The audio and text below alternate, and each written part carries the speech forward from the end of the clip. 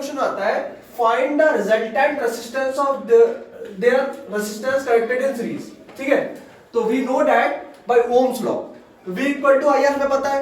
Ohms लॉ कहता है V प्रोपोर्शनल I, जब प्रोपोर्शनल का साइन हटता है तो R लगता है, V equal to I R होता है। हमें ये पता है सीरीज में जो हमारी सर्किट है, ये डायग्राम भी आपको बनाना पड़ेगा।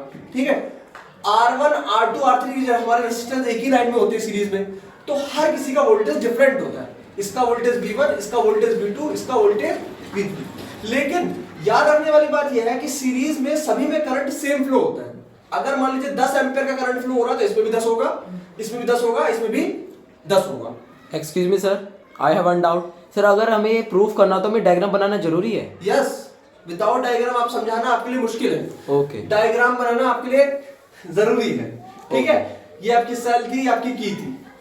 ठीक है, ये करंट का डायरेक्शन है पॉजिटिव टू नेगेटिव। अब देखिए V equal to I R है, तो पहले वाले रेजिस्टेंस में वोल्टेज कितना है V1 I सेम रहा और रेजिस्टेंस है R1 तो IR1। इसी तरीके से V2 I सेम रहा R2, इसी तरीके से V3 इस फॉर्मूले में चेंज कर रहे हैं, 1 2 3 लगाया हमने, बस I सेम रखा है सबने, ये हो गए। अब हमारा टोटल वोल्टेज सर्किट में कितना है, वो होता है जितने भी वोल्टेज है उनका एडिशन।